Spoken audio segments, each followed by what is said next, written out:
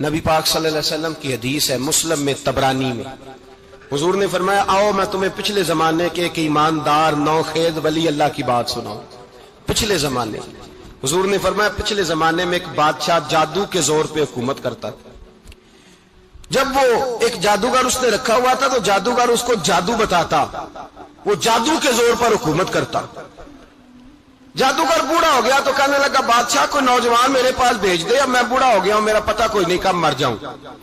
ایک نوجوان کی ڈیوٹی لگائی، بڑا زیرک سمجھدار، اپنے رعایا میں سے چن کے جو ذہین فطرت مزاج بچہ تھا وہ اس نے لگایا۔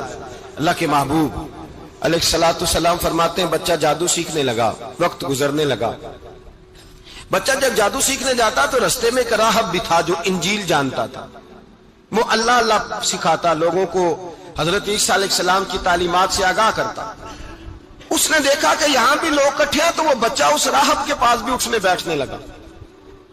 اب جب اس کے ساتھ اس کی گفتگو بڑھنے لگی تو اس کو باتوں میں لذت آنے لگی۔ اس نے راہب نے پوچھا کہ تو کون ہے اور کس طرح سے آیا ہے، کیا تیرا معاملہ ہے؟ اس نے کہا جی میں جادو سیکھنے جاتا ہوں، آپ کی باتیں مجھے بڑی اچھی لگتی ہیں۔ اس نے کہا دین سیکھ، جادو سیکھنے والے کافر ہو جاتے ہیں، قرآن و حدیث سیکھنے والوں کو اللہ کامل ایمان عطا فرماتا ہے۔ فرمایا یہ سیکھ۔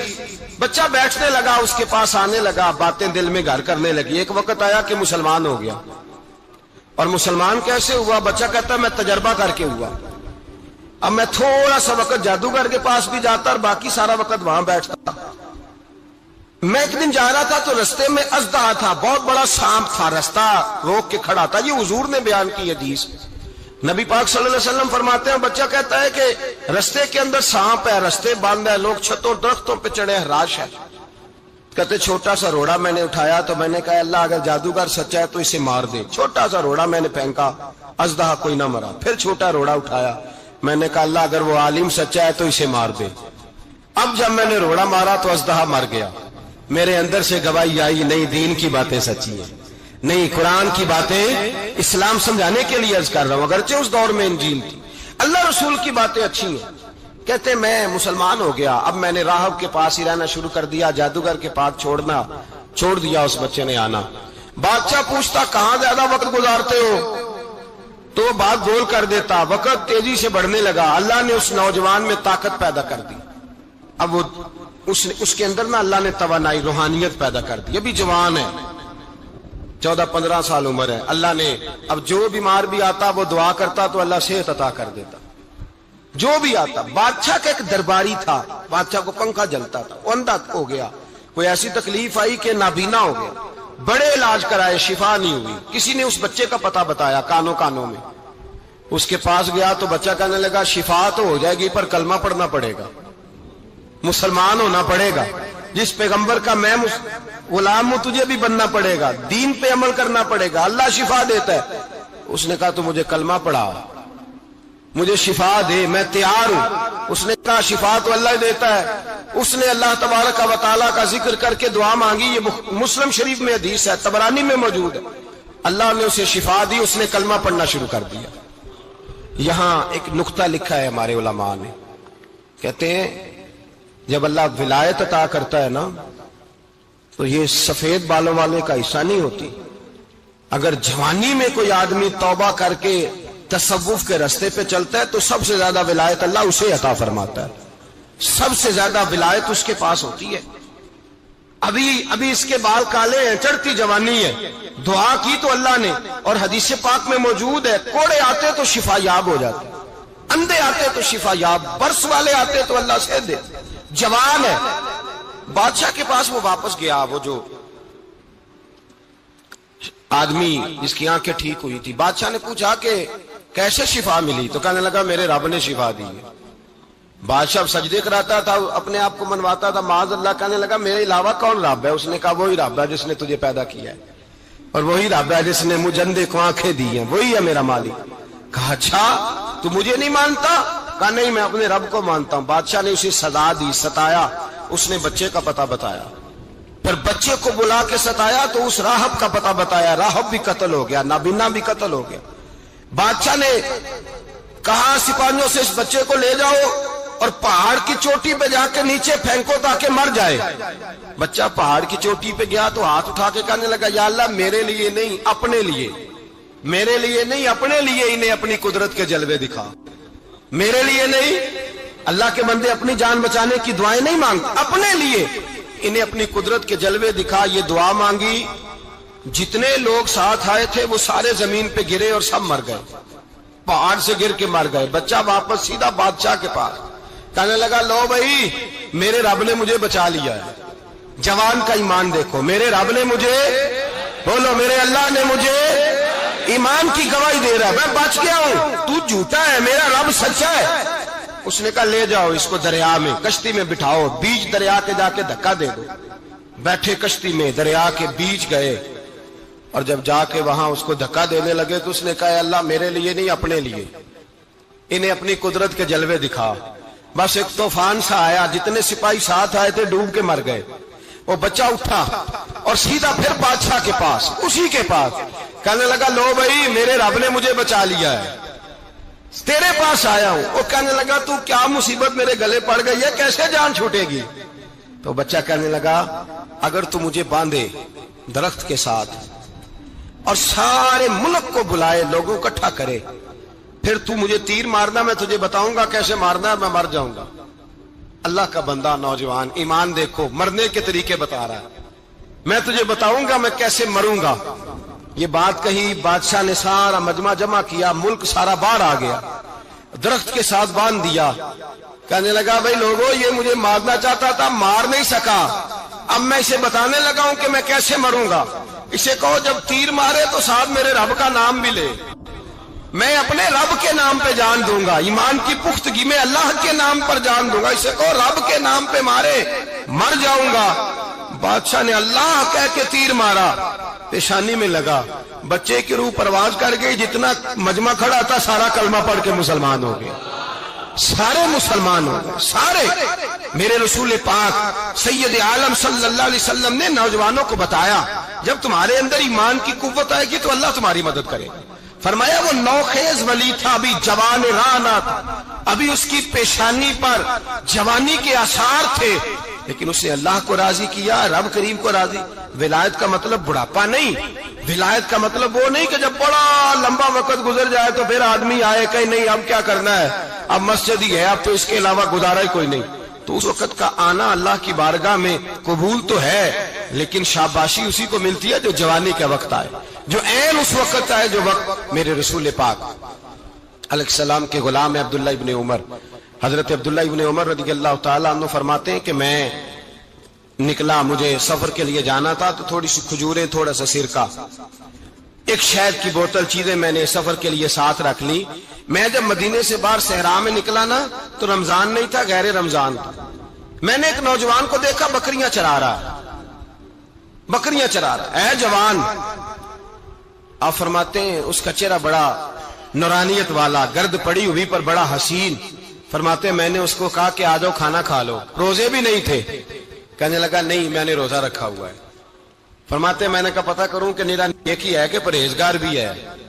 نیک وہ ہوتا ہے جو نماز پڑھے روزہ رکھے، پرہیزگار وہ ہوتا ہے جو گناہ سے بچے، وہ پرہیزگار ہوتا ہے. کہا پتہ کروں پرہیزگار بھی ہے کہ نہیں. کہتے میں قریب گیا تو میں نے جا کے اس کو کہا بھائی تیری بکریاں بڑی پیاری ہیں، میرا دل کرتا ہے ایک بکری مجھے دے دو. کہتے وہ جوان، غربت بھی، پریشانی بھی، پر دامان توکل کی یہ خوبی ہے کہ اس پر پابند لگے ہوتے ہیں، دھبے نہیں ہوتے. غربت ہے. کہا جناب ایک بکری دے دو. آنے لگا جناب بکریاں میری نہیں، بکریوں کا مالک کوئی اور ہے. کہتے میں نے آزمانے کے لیے کہا کہ بکریوں کے مالک کو کہنا ایک بکری بھیڑیا لے گیا ہے، کہہ دینا بھیڑیا لے گیا ہے.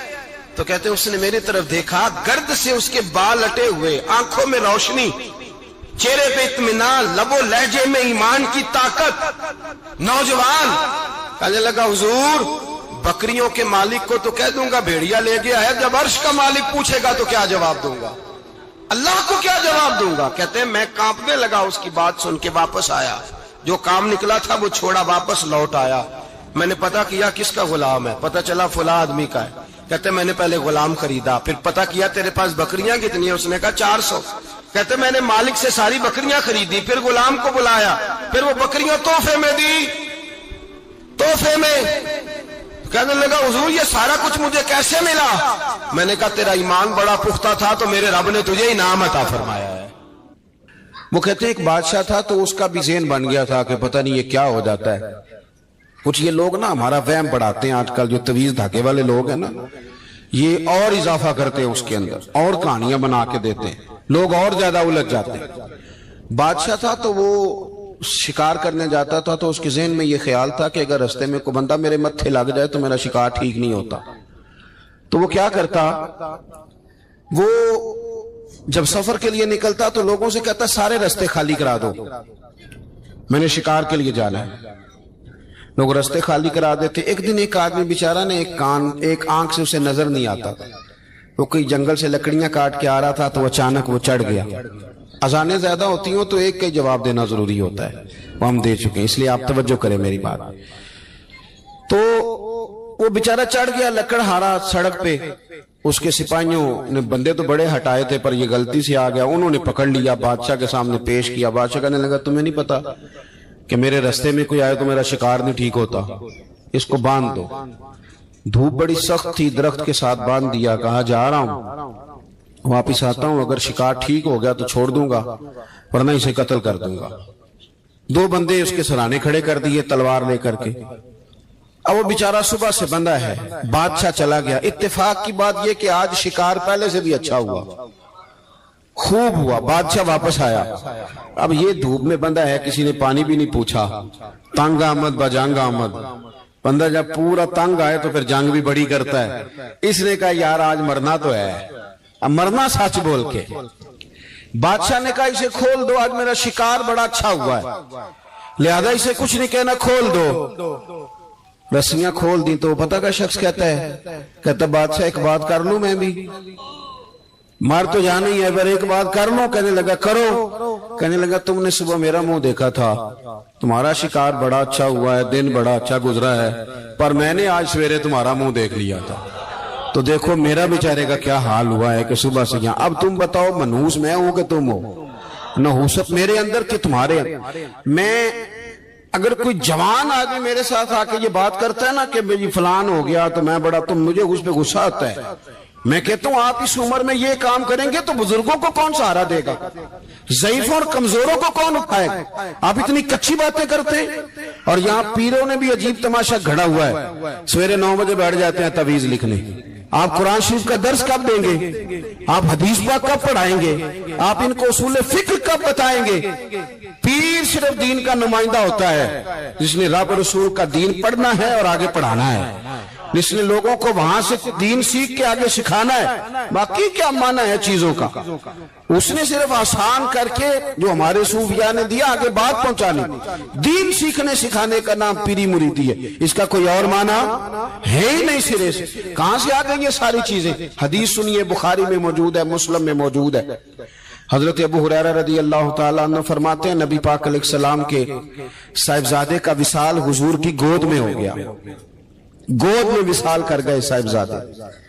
حضور کو بڑی تکلیف ہوئی، آنکھوں سے آنسو آئے، سرکار روئے۔ صحابہ نے عرض کی حضور آپ بھی آنسو بہاتے ہیں؟ فرماتے ہیں میرا بیٹا گیا ہے، یہ آنسو محبت کی علامت ہے، ورنہ میرے دل اور زبان پہ وہی ہے جس سے میرا رب راضی ہوتا ہے۔ اتفاق کی بات دیکھیے، اتفاق کی کہ اسی دن جس دن سرکار کے صاحبزادے کا وصال ہوا اسی دن سورج کو گرہن بھی ہو گیا۔ اب جوڑنے والے باتیں جوڑ دیتے ہیں نا، کچھ لوگوں نے بات جوڑ دی، کہنے لگے دیکھا حضور کے صاحبزادے کا وصال ہوا تو سورج کو بھی گرہن ہو گیا، سورج کو بھی گرہن ہو گیا۔ اور میرے دوستو سنو، یہ عقیدوں کی مضبوطی کتنا ضروری کام ہے، اپنے آپ کو فکری طور پر مضبوط رکھنا کتنا ضروری ہے۔ احمد مختار نبی پاک صلی اللہ تعالی علیہ وسلم نے اسی دن لوگوں کو مسجد میں جمع فرمایا، اسی وقت۔ صحابہ کہتے ہیں ہم بڑے پریشان تھے کہ حضور تو غمزدہ ہیں، نہ کوئی جہاد کی بات ہوگی نہ اور کوئی ہوگی، تو اس وقت کیوں طلب کیا؟ سب کو مسجد میں بلایا اور بلا کے میرے نبی پاک علیہ السلام نے خطبہ دیا، اللہ کرے آپ کو سمجھ آئے۔ یعنی اس دن جس دن صاحبزادے کا وصال ہوا، غم کی گھڑیاں ہیں، حضور نے سب کو مسجد میں بلا کے، میں بخاری مسلم پڑھ رہا ہوں، حضور نے فرمایا لوگو سورج اور گرہن کا لگنا اللہ کی نشانیوں میں سے نشانی ہے، سورج چاند کو گرہن لگنا اللہ کی نشانیوں میں سے نشانی ہے، جب یہ لگے استغفار پڑھا کرو، نماز پڑھا کرو، اللہ کے حضور حاضر ہوا کرو۔ فرمایا کسی شخص کے دنیا سے جانے کا اس کے ساتھ کوئی تعلق نہیں۔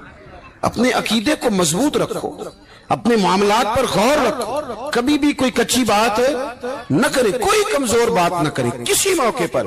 ہم تو صوفیہ کرام کے جاننے والے ہیں، اور وہ لوگ تو اتنے مضبوط تھے نظریات کے، اتنے پکے تھے، تو ہر شخص کو کہتے تھے کہ دیکھنا تیرے دل میں غیر کا خیال نہ آئے، رب رسول کا خیال رہے۔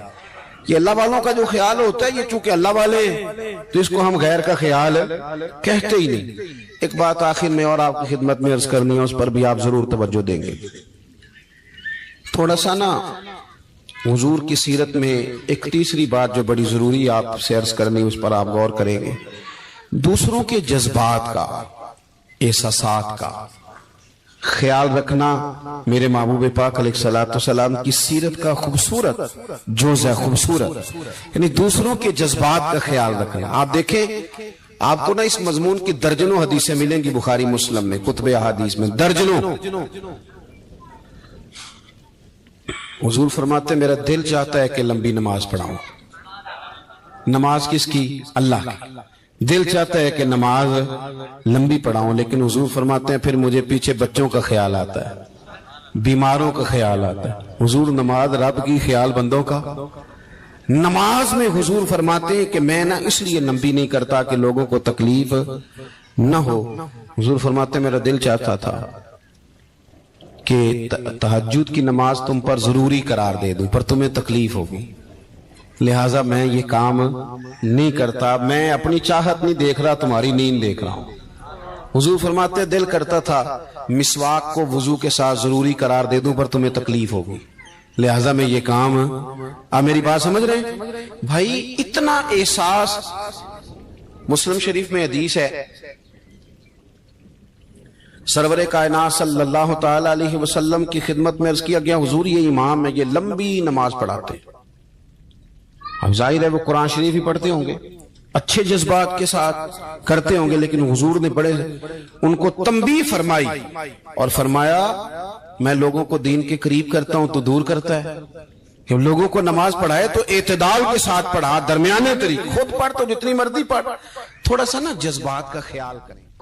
یہ کیا بات ہوئی؟ بابے نے کہہ دیا تینوں کسی نے کچھ کیتا ہے، میں کہو بابے نو بھی کسی کچھ کیتا ہے، تائیں جدیاں گلاں کردا ہے بیوقوف والیاں، اس کو سمجھاؤ اس طرح کی حرکتیں نہیں کرنی چاہیے، بندہ بیچارہ بدگمان ہو جائے گا، ہر دشمن کے بارے میں بدگمانی کرے گا، کبھی کہے گا چاچی نے تعویذ کر دی ہے، کبھی کہے گا وہ میری بھابھی نے تعویذ کر دی۔ کیوں آپ لوگوں کے دلوں میں بغض پیدا کراتے ہیں؟ اللہ کا خوف نہیں آتا؟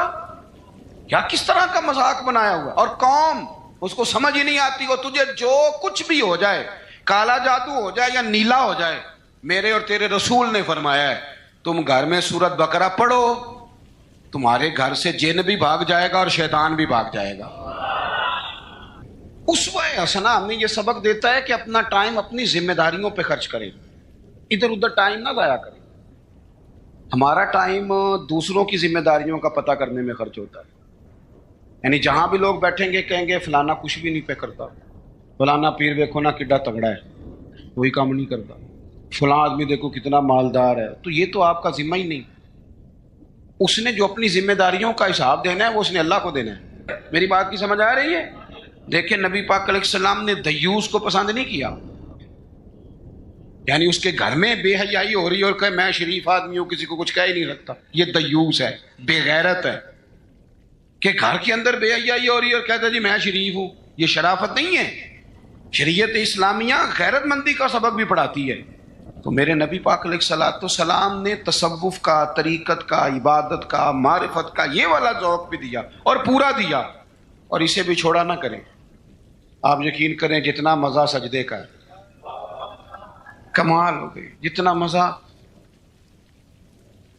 ایک نا دوست میرے پاس آئے تو بڑے پریشان تھے، اور ان کی چہرہ بتاتا تھا کہ بڑا رو رو کے آئے ہیں۔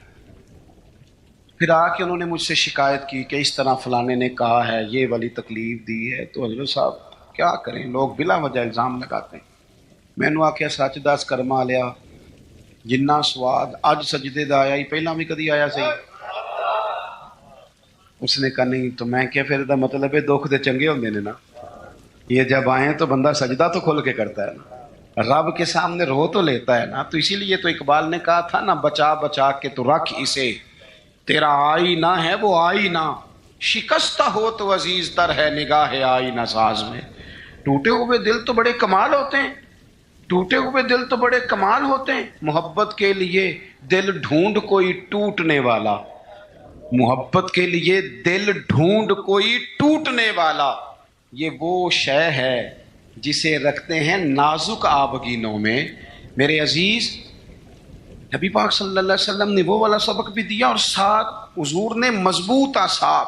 یہ ہمارے بچے نوجوان ڈرے ڈرے سے، پریشان سے، پتہ نہیں کیا ہونے لگا ہے، غریبی آ گئی، کام نہیں ملتا، حالات خراب ہیں، گھروں میں عورتیں روتی پریشان ہوتی، پھر ان کو وہ بابے بھی مل جاتے ہیں جنہوں نے اور کوئی کام نہیں، جمعرات والے دن سویرے 9 تو 11 تویز لکھنا ہے، تو پھر عصر تو مغرب تویز لکھنا ہے، تو پھر اتوار والے دن نویں سرے تو بس کر دی یار، کوئی کسی بات کی حد بھی ہوتی ہے۔ مجھے تو نہیں ملا کہ حضرت غوث پاک کس دن تعویذ دیتے تھے۔ تعویذ جائز ہے، پر کون سا ٹائم رکھا ہوا تھا حضرت غوث اعظم نے؟ بتائیں تعویذ دینے کا کوئی بتائے۔ حضرت بہاؤالحق نقشبند بخاری کس تاریخ کو تعویذ لکھتے تھے؟ خواجہ اجمیر کی کون سی تاریخ تھی تعویذوں کی؟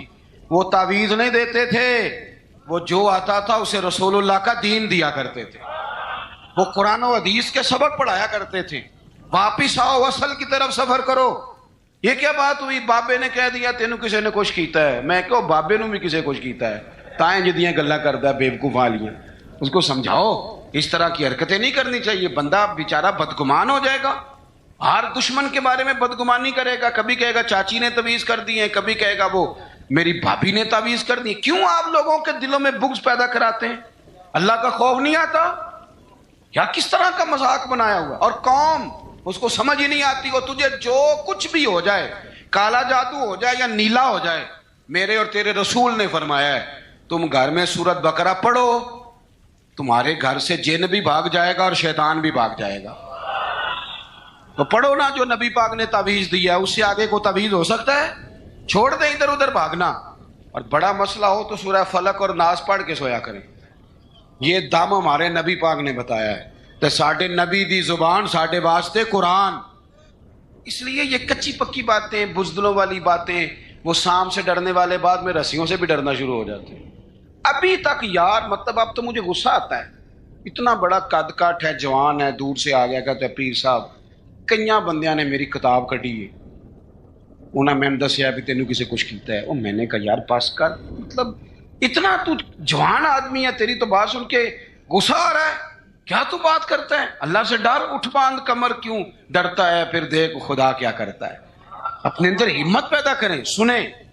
حضرت انس بن مالک رضی اللہ تعالیٰ عنہ فرماتے ہیں یہ اسوہ رسول کانفرنس ہے نا، تو دیکھیں ہمارے صحابہ ہمارے سامنے حضور کا اسوہ، حضور کے صحابہ کیا بیان کرتے ہیں۔ حضرت انس بن مالک کہتے ہیں ایک رات مدینہ شریف میں کونے سے خوفناک آواز آئی، شدید آواز۔ اب لوگ جمع ہونے لگے کہ ادھر سے آواز آ رہی ہے، کسی نے نیزہ پکڑا ہے، کسی نے تلوار منگائی ہے، لوگ کٹھے ہو رہے ہیں۔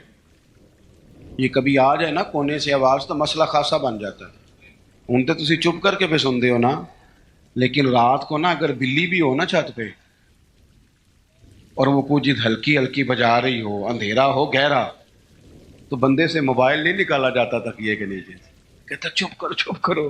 لیکن تقریریں کرنا سننا آسان کا نا، وہ کہہ دیتے ہیں سن لیتے ہیں بات ختم ہو جاتی، لیکن اس کی گہرائی میں تو اترے نا، حقیقت کیا ہے۔ یعنی خوفناک آواز آ رہی ہے، اور صحابہ دلیر لوگ تھے، پر وہ نیزے جمع کر رہے تھے، تلواریں نکال رہے تھے کہ جا کے دیکھیں ادھر کیا ہے۔ حضرت انس بن مالک کہتے ہیں ہم ابھی پروگرام بنا رہے تھے اس طرف بڑھنے کا، تو ہم نے دیکھا اللہ کے رسول اس طرف سے واپس آ رہے تھے، ہاتھ میں نیزہ پکڑا ہے، گھوڑے پہ سوار ہیں، اور ابو فرمانے لگے سو جاؤ چپ کر کے، میں دیکھ آیا ہوں جانور لڑ پڑے تھے، وہ آوازیں نکال رہے تھے، دیکھ آیا ہوں، سو جاؤ کچھ بھی نہیں۔ حضرت انس کہتے ہیں کمال ہو گئی، رسول پاک کا وہ انداز بہادری والا، دلیری والا، وہ ہماری طبیعتوں کو جوان کر جایا کرتا تھا. با ہمت رہیں، با ہمت. اور جوانوں یاد رکھو، قرآن پاک نے جو ترتیب بیان کی ہے وہ یہ نہیں ہے کہ آپ چپ کر کے بیٹھے رہیں گے اور مدد آپ کی طرف آ جائے گی. جو ترتیب ہے نا قرآن پاک کی، وہ یہ ہے کہ ان الذین قالوا ربنا اللہ، بے شک وہ لوگ جنہوں نے کہا کہ اللہ ہمارا رب ہے، ثم استقاموا، پھر وہ ڈٹ گئے. پھر وہ بولیے، پہلے کہا اللہ ہمارا رب ہے، پھر وہ، یعنی یہ کہہ کہ پہلے وہ ڈٹے نا، جب تتنزل علیہم الملائکہ، پہلے وہ ڈٹے ہیں، پھر رب نے ان کی مدد کے لیے فرشتے نازل فرمائے. پہلے ڈٹنا ہے، مدد کو فرشتے آئیں گے، لیکن پہلے آپ ڈٹیں تو صحیح. لیکن آپ ڈٹ ہی نہیں رہے، آپ کہہ رہے ہیں مدد آئے گی. بھئی آپ تھوڑا کھڑے ہوں، تھوڑا سٹینڈ لیں. جب آپ ڈٹ جاتے ہیں پھر اللہ تعالیٰ مدد بھی فرما دیا کرتا ہے. درود شریف پڑھیں بآواز بلند. تو ایک تو نبی پاک علیہ السلام کی سیرت مبارکہ ہمیں عبادت کا، ریاضت کا سبق پڑھاتی ہے. دوسرا دلیری کے اسباب. اور تیسری بات، توجہ ہے میری بات پر، یہ مووی بن رہی ہے جی، 2-4 لوگ بنا رہے ہیں، اگر سارے ہی آپ موبائلوں پہ لگ جائیں گے تو پھر تقریر کس کو سنانی ہے. 2-1 باتیں بس اور عرض کرنی ہے، آپ میری بات پر غور فرمائیں. اور تیسری بات حضور کے اسوہ نور کی، جس کو خاص کر کے اپنے ذہن کے اندر رکھیں. نبی پاک علیہ الصلوۃ والسلام نے نا مختصر وقت میں انقلاب برپا کیا ہے. حضور کا جو تبلیغ دین کا پیریڈ ہے نا، وہ صرف 23 سالوں کا ہے. کتنا؟ یعنی 40 سال کی عمر مبارک میں اعلان نبوت فرمایا، اور 23 سال آپ کو ہزاروں میں احادیث کا ذخیرہ ملتا ہے. نبی پاک علیہ الصلوۃ والسلام نے قافلے ترتیب دیے، مجاہدوں کی صفیں بنائیں. اس سارے عرصے میں حضور نے مسجد کی تعمیر فرمائی. رسول پاک نے اپنے صحابہ کرام علیہم رضوان کے دکھ اور سکھ میں شرکت فرمائی. حضور نے حج فرمایا، نبی پاک نے صدقات و خیرات کیے. اتنی ساری باہر مصروفیات، کافروں منافقوں کی سازشوں کے پردے کھول کر صحابہ کو بتایا کس طرح ان سے نمٹنا ہے. لیکن یہ سارا کہہ کہ حضور نے اپنے گھر والوں سے یہ نہیں کہا کہ میرے پاس ٹائم کوئی نہیں. یہ سارے کام بھی ہوتے رہے، اور حسن حسین حضور کے کندھوں پر سواریاں بھی فرماتے رہے. کھار میں بھی پورا ٹائم دیا رسول کریم، محبت فرمائی. یعنی اپنے اوقات کار کو اپنی ذمہ داریوں پہ لگایا. اسوہ حسنہ ہمیں یہ سبق دیتا ہے کہ اپنا ٹائم اپنی ذمہ داریوں پہ خرچ کریں، ادھر ادھر ٹائم نہ ضائع کریں. ہمارا ٹائم دوسروں کی ذمہ داریوں کا پتہ کرنے میں خرچ ہوتا ہے. یعنی جہاں بھی لوگ بیٹھیں گے کہیں گے فلانا کچھ بھی نہیں پہ کرتا، فلانا پیر دیکھو نا کڈا تگڑا ہے، کوئی کام نہیں کرتا، فلاں آدمی دیکھو کتنا مالدار ہے. تو یہ تو آپ کا ذمہ ہی نہیں. اس نے جو اپنی ذمہ داریوں کا حساب دینا ہے وہ اس نے اللہ کو دینا ہے. آپ یہ بتائیں کہ جو آپ کے ذمہ کام لگا آپ نے کیا کہ نہیں کیا؟ آپ کی ڈیوٹی جو تھی وہ آپ نے کی کہ نہیں کی؟ جب ہم سارے اپنی اپنی ڈیوٹیاں کرنے لگ جائیں گے نا، تو میرا یہ خیال ہے چھوٹے سے ہی کام کرنے لگ جائیں تو بڑوں کو بھی خیال آ ہی جاتا ہے. میں اکثر نا اپنی زندگی میں ایک تجربہ کرتا ہوں کہ بچوں کو کام کہیں تو وہ نہیں کرتے. طلباء ہوں، دوست ہوں، احباب، کام کہہ دیں تو نہیں کرتے، کرنا شروع کر دینا. میں نے نا مختلف ذمہ داریاں لگائیں، مسجد کی صفائی کل تو کرنا، پرسوں تو کرنا. تو آپ کو پتہ ہے کسی کی ڈیوٹی لگائیں تو پھر وہ ڈیوٹی بدلنا بھی پسند کرتا ہے. وہ کہنا مینوں کام میں آئی ذرا تو کھلوئے نا میری تاں تے. تو یہ بھی کام ہوتا ہے، ایک انسانی فطرت ہے. تو میں نے پھر سوچا کہ یار حد ہو گئی ہے، کمال بات ہے، مسجد تو اللہ کا گھر ہے، اور حضرت بابا فرید الدین مسعود گنج شکر جیسا بڑا آدمی تو نہیں نا دوبارہ اس دھرتی پہ آئے گا. تو بابا صاحب اپنے آپ سے کہتے ہیں اٹھ فریدا ستیا، وہ جھاڑو دے مسیت. خود کہتے ہیں، یہ نہیں کہتے کہ جھاڑو دے مرید مسیت یا شاگرد مسیت. اٹھ فریدا ستیا تے جھاڑو دے مسیت. اوے تو ستا ہے رب جاگدا تیری ڈاڈے نال پری. اور اگر نبی پاک صلی اللہ تعالیٰ علیہ وسلم مسجد نبی بن رہی ہے، حضور اینٹیں اٹھا کے لا سکتے ہیں، تو میرا خیال ہے اور بھی کوئی پیر صاحب چھاپر تھالا کوئی کام اٹھا لیں تو کوئی مسئلہ، کوئی مشکل نہیں. اگر سرکار بہت سارے کام کرتے ہیں، لوگوں کو سبق بھی ہم یہی پڑھاتے ہیں. تو اگر شیخ بھی کبھی کبھی اپنا جوتا اٹھا لیں تو کوئی اتنا یہ مشکل مسئلہ، کچھ مطلب ماحول اس طرح کا بنا دیا جاتا ہے کہ کام رہ ہی جاتے ہیں۔ میں یہ اکثر کرتا ہوں کہ میں اب کام نہیں کہتا، میں کہتا ہوں جھاڑو پکڑ لو نا مسجد میں شروع کرو، اور جب آپ پکڑ کے شروع کر لیتے ہیں تو پھر بڑے سارے آ جاتے ہیں کہتے ہیں سانو دے دو، تو آپ شروع تو کریں نا، لیکن جب کام شروع کریں گے پھر کام ہو جائے۔ اپنی ذمہ داریوں کا احساس کریں، وقت نہ ضائع کریں۔ اور یہ حدیث یاد رکھیں کہ نبی پاک علیہ الصلوۃ والسلام نے فرمایا خوبصورت مسلمان وہ ہے جو بے مقصد باتوں کو چھوڑ دیتا ہے۔ مقصد کی بات کریں، مقصدیت کی، ضروری کام جو ہیں ان پر ڈیوٹی۔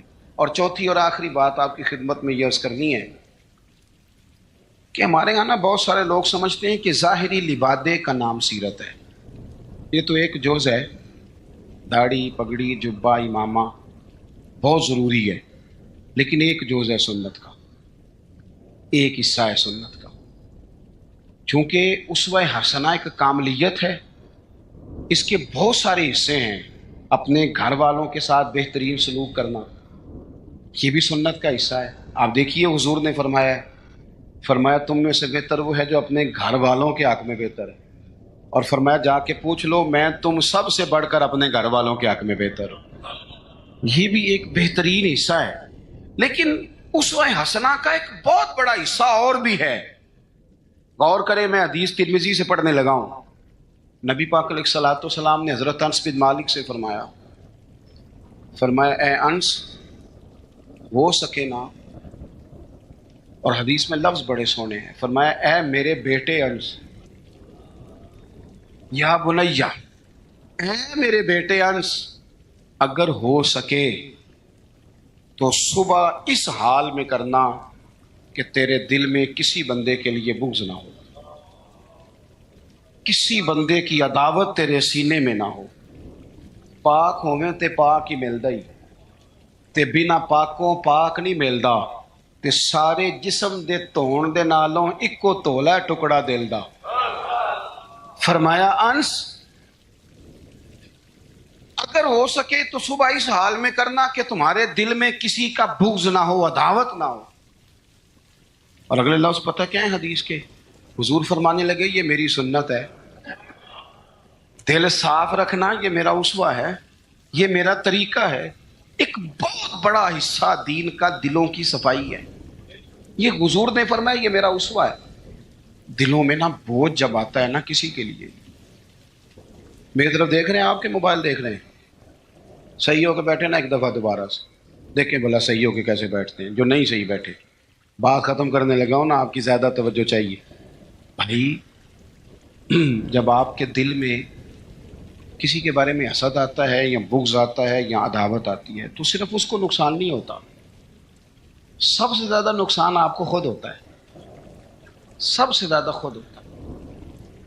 ہمارے صوفیاء نے ایک عنوان بیان کیا جسے شماتت کہتے ہیں، یعنی کسی کو تکلیف میں دیکھ کے خوش ہونا۔ یہ بہت بڑا بوجھ ہے۔ نبی پاک صلی اللہ علیہ وسلم نے فرمایا کسی کی تکلیف پر کبھی خوش نہ ہونا، ورنہ اللہ تعالیٰ اسے اس تکلیف سے نجات دے دے گا اور تمہیں اسی میں مبتلا کر دے گا۔ کیا کہا تھا میاں صاحب نے؟ دشمن مرے تو خوشی نہ کریے، اللہ کرے تو انو سمجھ آئے۔ اتنی شادی کر کے ہمارے بزرگ ہمیں بات سمجھاتے، کہتے ہیں دشمن مرے کیوں بھلا، سجنا بھی تو مر جانا ہے، یہاں تو انہوں نے بچ جانا ہو تو پھر تو ٹھیک ہے، خوشی کس بات کی؟ دشمن مرے خوشی نہ کریے کیونکہ سجنا بھی تے مر جانا ہے۔ ڈیگر تے دن آیا ہے محمد تے اوڑک نو ڈوب جانا ہے، اثر تو ہو گئی ہے، پیچھے بچا کیا ہے؟ جانے کا وقت تو آ گیا۔ دل کے اندر بوجھ نہیں، آپ تنگ ہو جائیں گے، ورنہ ہر وقت اسی کے بارے میں سوچیں کہ اپنا کام رہ جائے گا۔ نکل آئیں اس معاملے سے بالکل آزاد، دل صاف، جو کر رہا ہے وہ اللہ کو حساب دے لے گا۔ اور اگر کبھی کسی کے لیے کرنا بھی ہو تو یہاں اسے دعوت دیں دین کی، یہاں اس کے لیے دعا کریں۔ ہم ساری زندگی لوگوں کو ڈسکس کر کے گزار دیتے ہیں، اپنی طبیعت سے بوجھ اتاریں۔